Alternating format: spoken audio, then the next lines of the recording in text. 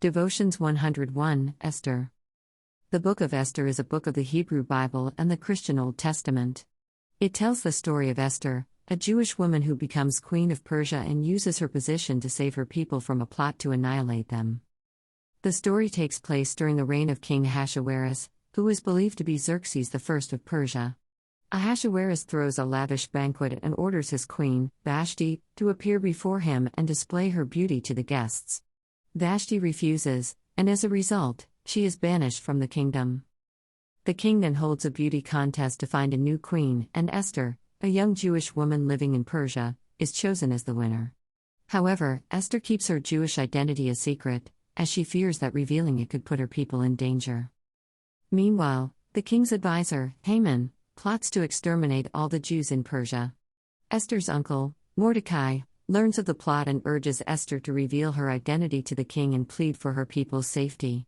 Esther is initially hesitant, but ultimately decides to risk her own life by revealing her Jewish identity and exposing Haman's plot to the king.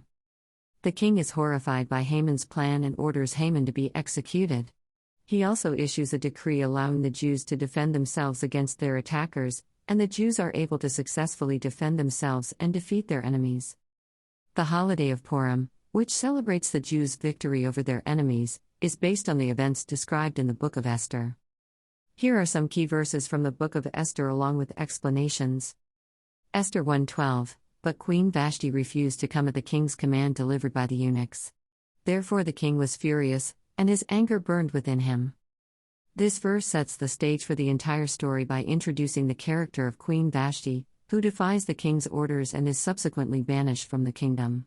It also shows the king's volatile temper, which will play a role later in the story.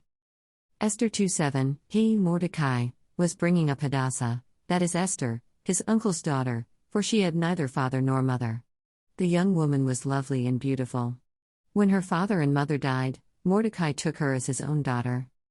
This verse introduces Esther and her background, explaining how she came to be living with her uncle Mordecai. It also emphasizes her physical beauty, which is a key factor in her being chosen as queen. Esther 4:14, For if you remain silent at this time, relief and deliverance for the Jews will arise from another place, but you and your father's family will perish. And who knows but that you have come to your royal position for such a time as this? This verse contains a pivotal moment in the story, as Mordecai urges Esther to use her position as queen to plead with the king on behalf of her people. He acknowledges that God will ultimately save the Jews, but he also encourages Esther to take action and use her influence for their benefit. Esther 7:9-10, Then Harbona, one of the eunuchs attending the king, said, A pole reaching to a height of 50 cubits stands by Haman's house. He had it set up for Mordecai, who spoke up to help the king. The king said, Impale him on it. So they impaled Haman on the pole he had set up for Mordecai. This verse describes the downfall of Haman, the villain of the story who plotted to exterminate the Jews. He is ultimately exposed and executed, and his plot is thwarted. Esther 9:28, These days should be remembered and observed in every generation by every family, and in every province and in every city. And these days of Purim should never fail to be celebrated by the Jews, nor should the memory of these days die out among their descendants. This verse explains the importance of the holiday of Purim, which celebrates the Jews' victory over their enemies.